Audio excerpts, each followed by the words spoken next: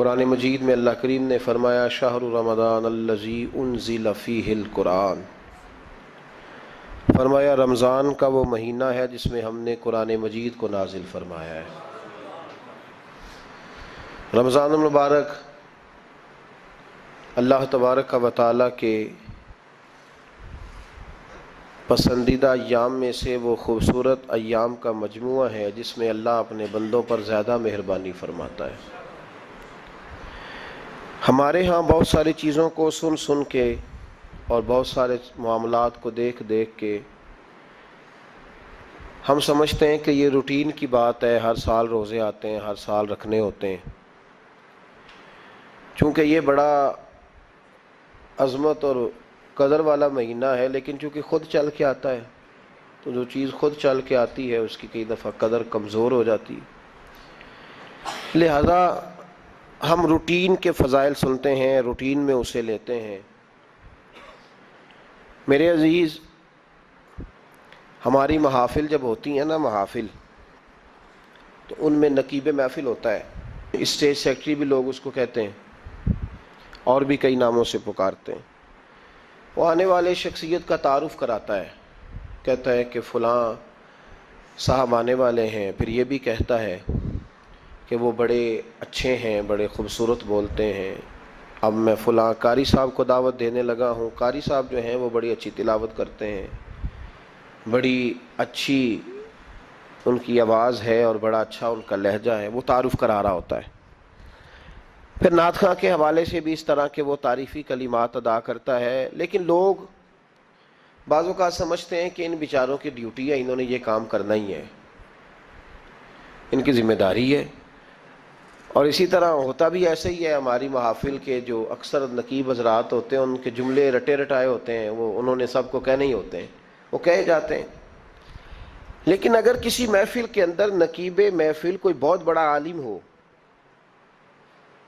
بہت بڑا محدث ہو، شیخ الحدیث ہو، یا کسی خانقاہ کا کوئی صاحب تقوی صالح مسند نشین ہو، اگر وہ کھڑا ہو کے کہے کہ جناب آج میں آپ کو تعارف کرانے لگا ہوں ایک بہت بڑے علامہ، ایک بہت بڑے صوفی آ رہے ہیں، پھر ہم سمجھ جائیں گے کہ جس کی ہمارے حضرت تعریف کر رہے ہیں وہ کوئی بڑا ہی اچھا آدمی ہے۔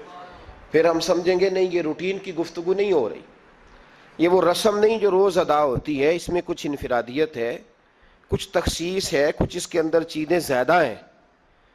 وہ پھر انفرادی طور پر ہم تھوڑا سا اس کو زیادہ درجہ دیں گے۔ نہیں، حضرت جی کہہ رہے تھے آج میں نے قبلہ سے سنا ہے، آج فلاں شیخ اور صوفی نے فلاں کی تعریف کی ہے تو بات کچھ زیادہ ہوگی۔ میرے بھائیوں، مثال دی ہے آپ کو سمجھانے کے لیے کہ رمضان المبارک وہ عزت اور عظمت والا مہینہ ہے جس کا تعارف کسی عام آدمی نے نہیں، رب کریم کے قرآن نے بیان فرمایا ہے اور میرے مصطفیٰ کریم کی زبان اطہر نے بیان فرمایا ہے۔ لیکن آنے سے پہلے بخاری مسلم میں حدیث ہے، حضرت سلمان فارسی رضی اللہ تعالیٰ عنہ کہتے ہیں رمضان شروع ہونے سے پہلے نبی پاک نے ہمیں مسجد میں بلایا اور خطبہ ارشاد فرمایا باقاعدہ، اور ارشاد فرمایا لوگو تم پر ایک مہینہ آنے والا ہے جس میں اللہ اپنے بندوں پر خاص قسم کی رحمتوں کا نزول فرماتا ہے۔ خود رسول پاک نے ہمیں کس قدر زیادہ اس مہینے کا اکرام کرنا ہے اور کس قدر زیادہ اس کو اہمیت دینی ہے اور کس قدر زیادہ ہمارے لیے وہ باعث عظمت ہے کہ جس مہینے کے فضائل خود رسول پاک علیہ السلام نے بیان فرمائے۔ اور نبی پاک صلی اللہ علیہ وسلم نے فرمایا کہ اس مہینے میں تم نفل پڑھو گے تو اللہ فرض کے برابر ثواب عطا فرمائے، اور فرض کا ثواب اللہ 70 گنا عطا فرمائے۔ کتنا؟ بولیے۔ اچھا ہوتا پتہ کیا ہے؟ ہمارے ہاں لوگوں کو پتہ چل جائے نا فلاں کاروبار آج کل زیادہ صحیح چل رہا ہے تو سارے لوگ وہی کاروبار شروع کر لیتے ہیں۔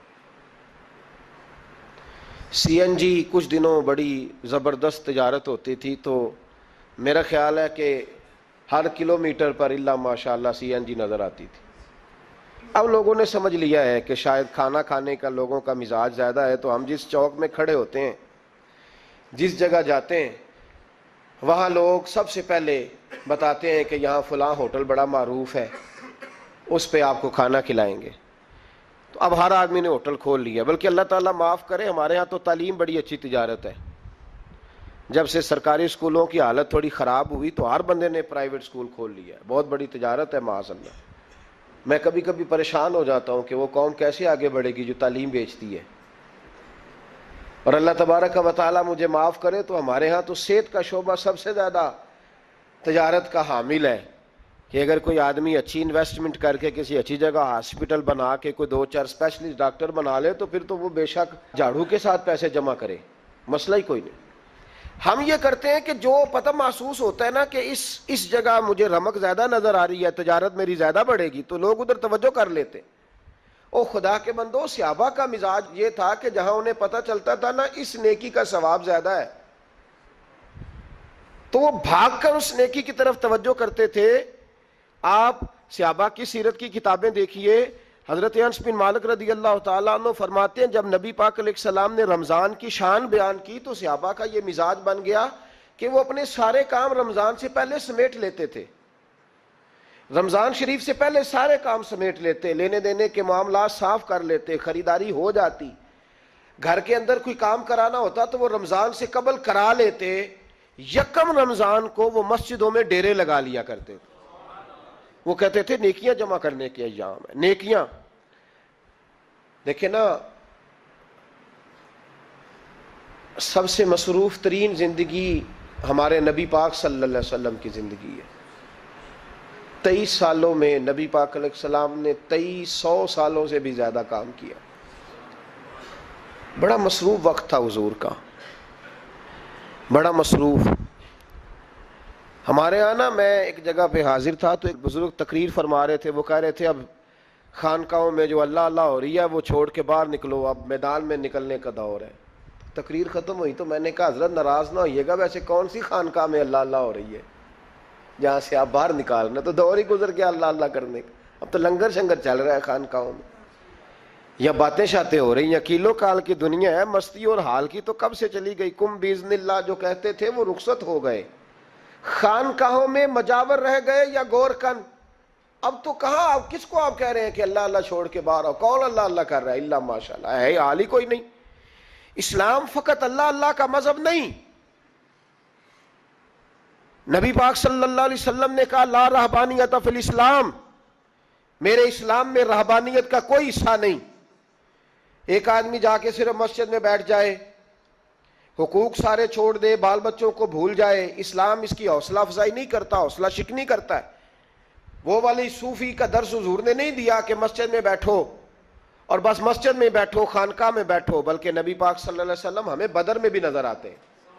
حضور خود جنگ کا لباس پہن کر ہمیں احد میں دکھائی دیتے ہیں.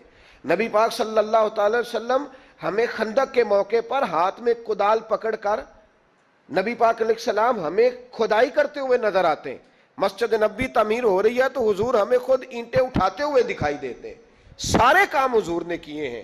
لیکن میرے بھائی یہ یاد رکھو, اگر بدر میں جانا میرے نبی کی سنت ہے تو غار حرا میں چپ کر کے بیٹھ کے اللہ اللہ کرنا یہ بھی میرے نبی کی سنت ہے صلی اللہ تعالی علیہ وسلم. اگر احد میں, خندق میں, حنین میں, میدان میں رہنا حضور کا طریقہ ہے تو غار ثور میں 3 دن اللہ اللہ کرنا بھی نبی پاک کا ہی طریقہ ہے. اگر سارا دن تبلیغ کرنا حضور کا طریقہ مبارکہ ہے تو ساری رات مصلی پہ کھڑے رہنا. اور صحیح مسلم میں حضرت عائشہ فرماتی ہے کہ قدموں پہ ورم آ جانا یہ بھی تو میرے نبی کا طریقہ ہے نا. تو میرے بھائی اس کو کون اپنائے گا؟ مصروف ترین زندگی نبی پاک کی, اس کے باوجود اللہ کے رسول ہر سال 10 دن کا اعتکاف کرتے تھے. ہر سال.